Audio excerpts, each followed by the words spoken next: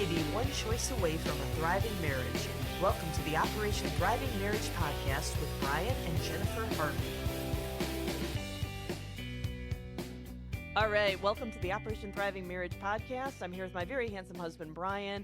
I'm Jen Harvey, and we're happy to be talking to you today about how to sabotage communication.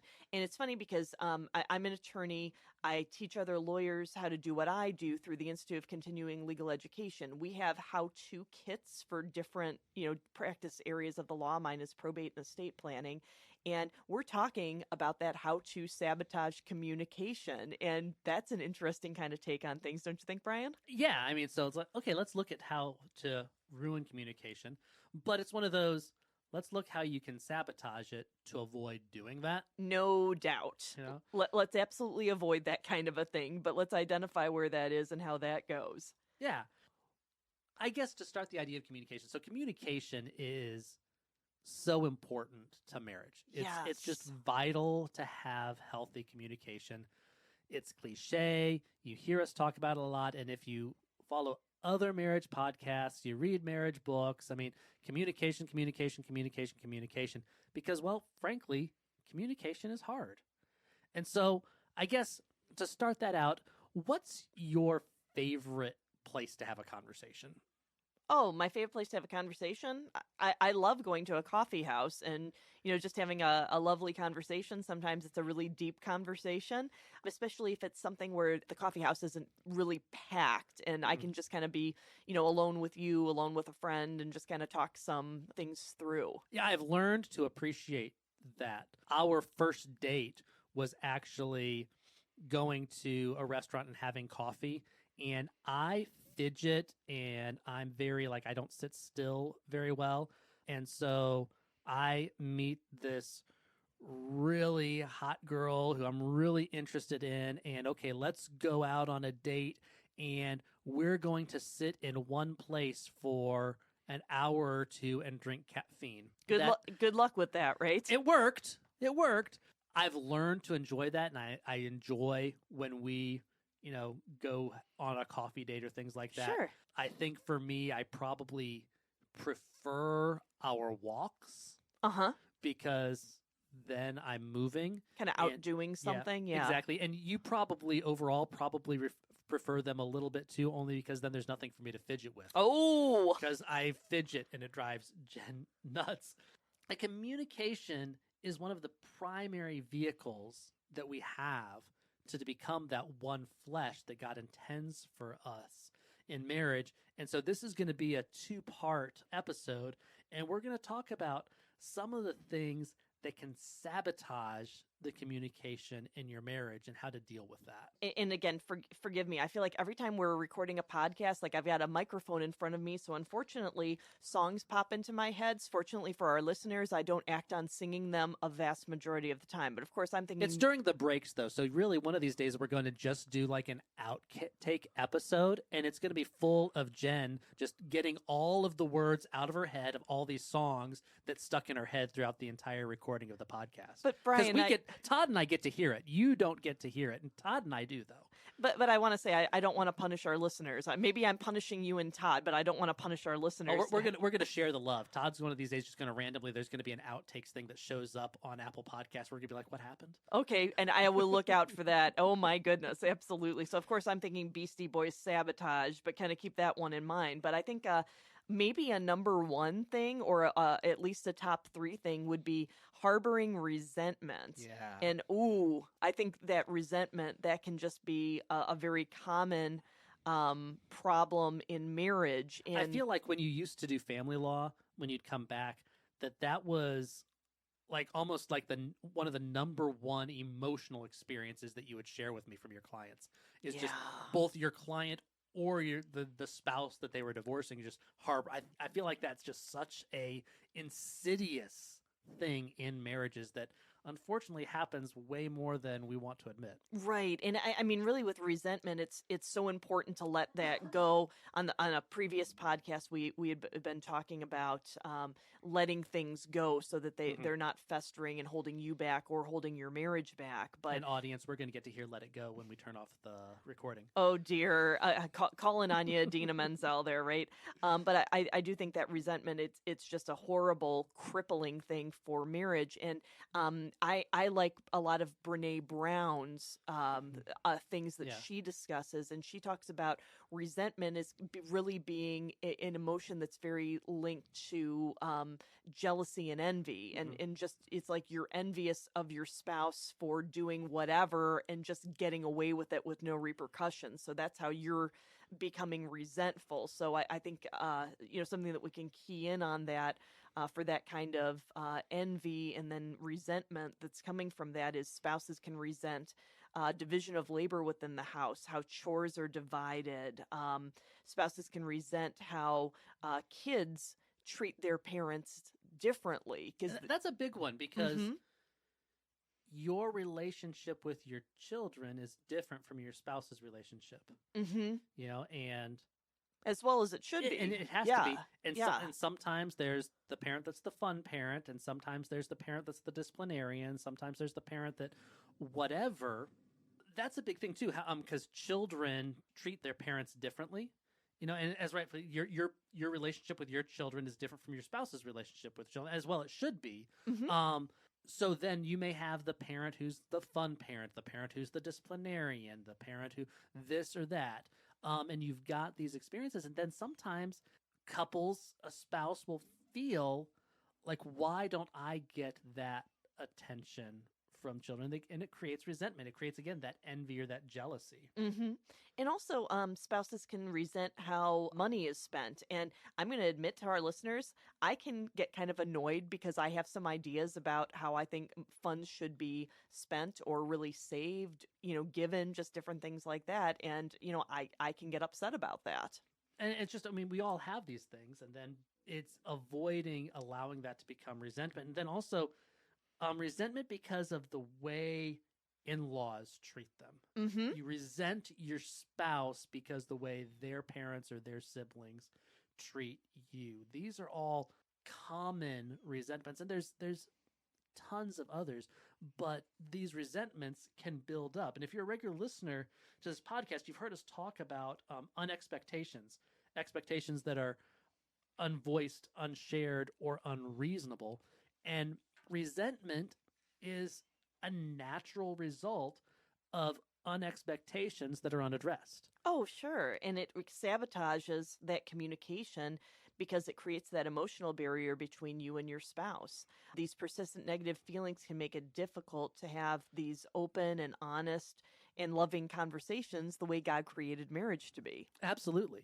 And it builds up over time if you don't deal with it. And the only way to deal with resentment is to address it. Right. Address it, hopefully, before it does that snowballing like you talked about, because I think a lot of times that, that unexpectation happens, there's annoyance, and maybe you're trying to work through it, maybe you're not, but then that can start to build up from being this small thing to going into resentment and then rolling down that hill, picking up more snow, and you've got that avalanche there that is just going to, if not cripple, absolutely destroy that marriage. Yeah, resentment ignored doesn't shrivel, it just grows. Oh yeah. It gets bigger and bigger. If you ignore it, that's not going to make it go away.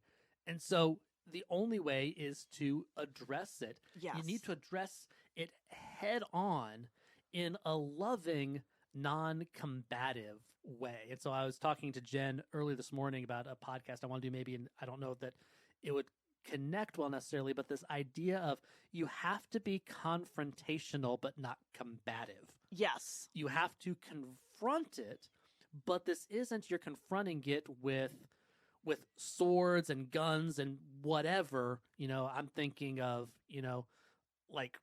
I'm thinking of one of the old movies of Frankenstein, where all the villagers come out with torches and pitchforks and being combative with confronting Frankenstein's monster. No, you don't want to walk into this where your goal is to kill the person in front of you. Your goal is to confront this and resolve it. I'm thinking more as opposed to what we do in the Air Force of, destroying things, more like we like to watch a lot of procedural crime dramas and cop shows and stuff like that. And I'm thinking more the way we often see in a specific show we watch, The Rookie, where they walk into and their first step isn't, okay, this is a threat and I'm going to kill it. It's, okay, I'm going to confront it and try to talk through this and bring this to a peaceful conclusion. Yeah, and of course, no police agency is perfect, but I think just having the concept, we had talked specifically in The Rookie about there was a training officer who was doing some indoctrination and training for someone who was a military member, and there were so many fabulous military skills that are very transferable to police work in the best possible way, but this training officer was just saying, this is not an armed combatant. This is a fellow citizen. Right. So you can't assume that this person's an enemy. And what I'd say to our listeners is your spouse is your fellow citizen, your fellow brother and sister in Christ. This is not a hostile entity Right. to you, even if they're behaving in cranky ways or ways that you're perceiving as hostile. Yeah, they're not a combatant. Right. And so confront, not combatively, and choose a time and place where things are calm and you're going to be free from interruption. A place where you can actually have a conversation and there's not going to be a lot of emotional charge to the conversation, and you're going to be able to have the whole conversation. And maybe that's the walk, maybe that's the coffee house, maybe that's someplace else. Maybe if you have children, maybe you need to get a sitter. Go on a conversation date. Mm-hmm. Maybe go out and we're going to sit and talk, and it's not necessarily going to be the most romantic date, but that's okay because romantic dates are awesome. We encourage you to do that a lot, but that's not the only kind of date that's going to strengthen your marriage. Mm-hmm. And a conversation date may be the healthiest, overall sexiest thing you do all year because you're getting rid of this resentment, which is going to bring you closer together, even if it's not whining and dining and romance. And that's where, again, you'd be talking about the actions that have led to that kind of resentment. And your spouse might be totally shocked, or if your spouse is initiating the conversation, you might be totally shocked, but make a point to be listening and listening well for the strength of your marriage. And again, your spouse is not the enemy combatant. It's your fellow citizen in the kingdom of heaven instead. And then discuss together a plan to resolve that situation together. And it's important not just to make the plan, but also to make sure you're taking steps to execute that plan. Don't just leave it hanging, because it's not going to help you if you just have a plan and nothing attaches or happens. And I think just as a point of understanding is no one spouse should dictate how the situation should be resolved. So you should discuss things together, come to a mutually agreeable outcome, and go ahead and make sure that that's executed, that each of you are being honoring of the other and are being honored in that kind of a resolution. You're in this together. It's team marriage. You're one. Mm-hmm. That's it. And you got to treat it like that. Mm-hmm. If you shut down your spouse, you've gotten yourself shut down because you're one. Right. So exactly. It's all working together. Another sabotage, though, now we're going to move off from that. Another way that you can totally sabotage communication in your relationship and ruin the communication in your marriage is to bottle up your emotions. Yes. It's just we need to understand our emotions, first of all. Okay? Mm-hmm. Because emotions are not objectively good or bad. And that might be a new concept to folks that are hearing that, but that's true. Emotions are not objectively good or bad. Yeah, they're a natural response to stimulus. Now, that being said, our language about emotions kind of creates some of this confusion because we talk about feeling good or feeling bad, but it's really feeling pleasant or feeling unpleasant. Uh-huh. But it's not like this is good or evil in that kind of differentiation. Right or feelings are not right or wrong in that sense of goodness or badness. There's a pleasantness or an unpleasantness to the emotional experience. Yes, and just in being able to understand and express and feel the feelings, go through Psalms. I mean, you've got a lot of things that Absolutely. are in there, and as you're reading and being honest, some of those things might even make you feel uncomfortable or make you feel bad to an extent, and that's Right. okay. Yeah. Yeah. Emotions, just normal, natural reactions to a stimulus that needs to be embraced. And it's interesting because we talk about emotions and controlling emotions and expressing emotions. It's okay culturally, right? It's okay. We've been convinced that feeling pleasant emotions, hey, it's okay to feel the good emotions, right? The pleasant, When you want those and and you want to express seek it those, out. but don't feel unpleasant emotions, and certainly don't express the unpleasant ones. Mm-hmm. Not that you can control. I mean, you control your thoughts about the emotion that you're having, but you don't necessarily, as you're feeling the emotion, control the experience of it. Mm-hmm. And there's a reason for that. They're unpleasant emotions. You should feel unpleasant about things because those things are often not healthy. Right, and as we're recording this, there are fires that are raging in the LA area and out in California. We have some personal ties out there. One of my best friend's kids is out there, and she's safe. And but it's been a really tough, kind of thing. But if anybody is watching those news reports, I'm sure they're not feeling pleasant emotions. And those are bad, air quotes. You can't see my air quotes because this is a podcast.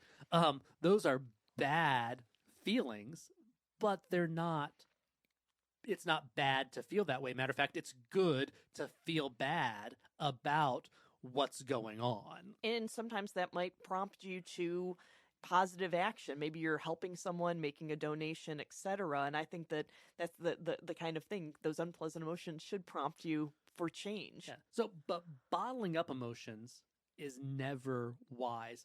It's unhealthy, and we've talked about that on other podcasts, and there's tons of research out there about how it raises stress and anxiety and leads to depression and all sorts of horrible health effects. But to the point of this podcast, it also hurts communication in your marriage. That's true. When you're hiding your emotions, you're unable to communicate because you're working to keep those emotions in check. Mm-hmm. And we've all seen that. We've seen, all right, I'm gritting my teeth, or it's like, okay, I want to end this conversation. You can't fully engage in communication if you're focusing on not communicating about your emotions. Mm-hmm. Or using trickery, right, to hide what you're feeling. Yeah, and your spouse can see it. Mm-hmm. You're not fooling anyone. Mm-hmm. So not only are you not engaging fully in the conversation because you're feeling a sort of way, also your spouse is feeling a sort of way about the conversation because they're feeling boxed out in some way. Yes. They know that they're being excluded from something. And sometimes in relationships, there may have been communication of, hey, I don't want to know. A spouse doesn't want to have unpleasant feelings, so they don't want you to share your unpleasant feelings. That's something you need to talk about. Mm-hmm. Hey, we need to be able to talk about our unpleasant feelings because, like the illustration from feeling unpleasant about the wildfires in Los Angeles happening as we're recording this, the unpleasant feelings in your marriage should trigger you to deal with something in your marriage. Oh, no doubt. And, I think, again, that bottling up emotions, that can cause resentment as well. We just talked about that, didn't right? we? Yeah, because you're unhappy with something and, that just... Jen lost her train of thought there. No, I didn't lose my train of thought. Am I repeating? I was just saying bottling up emotion, it's unhealthy. It hurts communication. And that also can cause resentment because that was our kind of number one that we talked about earlier in the podcast, because you're happy with something and your spouse isn't jumping in to fix it, even if your spouse doesn't know about it. So there's a lot that's there. And so the first thing in dealing with this, and so you don't bottle up emotions, and we've talked about this already, the first thing about emotions is accepting it's okay to feel them. It's okay for you to feel unpleasant emotions, and you should. Your emotions are neither objectively good or bad. They can be pleasant or unpleasant, but they are not morally right or wrong. It's the choices you make. So the first thing is accept that emotions aren't good or bad, and then allow yourself to feel your emotions. Don't keep the unpleasant emotions away from yourself.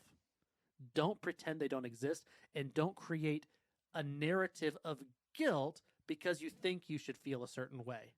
Just feel the emotion.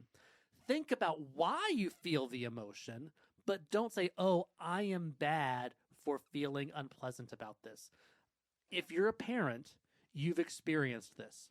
There's been a situation where you've been like, oh my gosh, my children are driving me absolutely nuts, and you're feeling all sorts of unpleasant emotions about your children. Then you feel guilty about feeling unpleasant about it because what mother or father would feel this way about the children? Every one of them.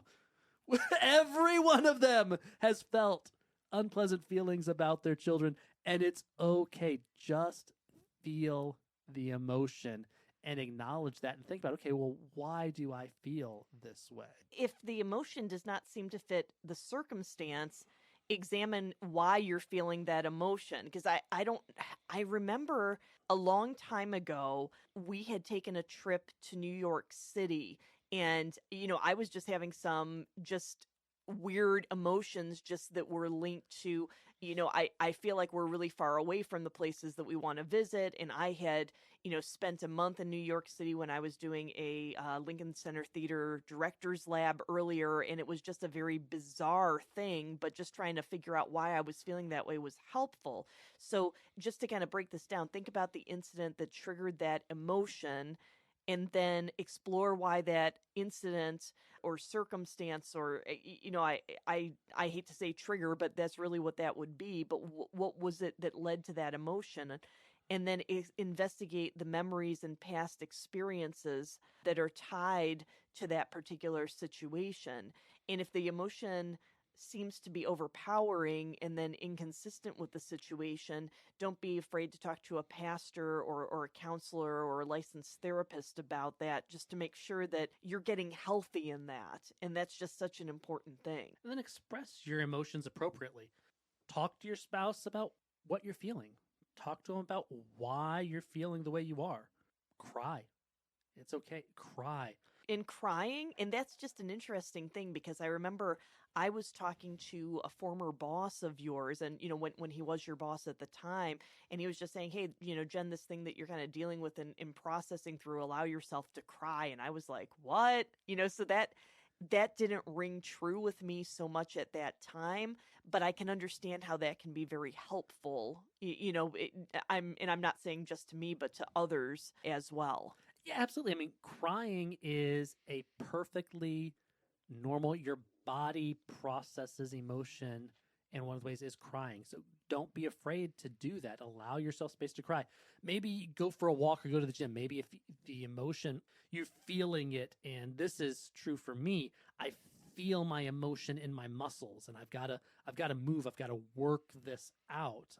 Or use relaxation techniques to help the hormones that emotion triggered process through your system. This is something for me, taking deep breaths, and doing relaxation techniques to help you process and express those emotions in a healthy, responsible way. And when you promise to give yourself to your spouse, you promise to give all of yourself to them.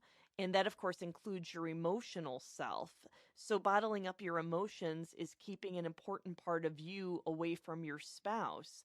And that keeping that important part of you from your spouse will prevent you from having healthy communication and a thriving marriage. And again, that's what we want for you. We want you to have that healthy and thriving marriage. And it's so important to overcome these obstacles so that you're able to have that healthy, thriving marriage. So this is part one of a two-part series on ways we sabotage communication in our marriages. So tune in the next episode, because we're going to be releasing that one around Valentine's Day, is actually going to be talking about love. But then the episode after that, we'll talk about other ways to sabotage communication, allowing arguments to grow, withholding apologies, and reacting without thinking. So thank you for joining us on the Operation Thriving Marriage podcast. Please follow us on Facebook and Instagram and like and share and rate this podcast. Thank you so much. Jen and I started Operation Thriving Marriage to help couples and churches take marriages from merely surviving to thriving. We've got our book, we've got a blog and resources for our coaching ministry, and you can bring us out for an Operation Thriving Marriage experience. For more information, go to operationthrivingmarriage.com. That's operationthrivingmarriage.com.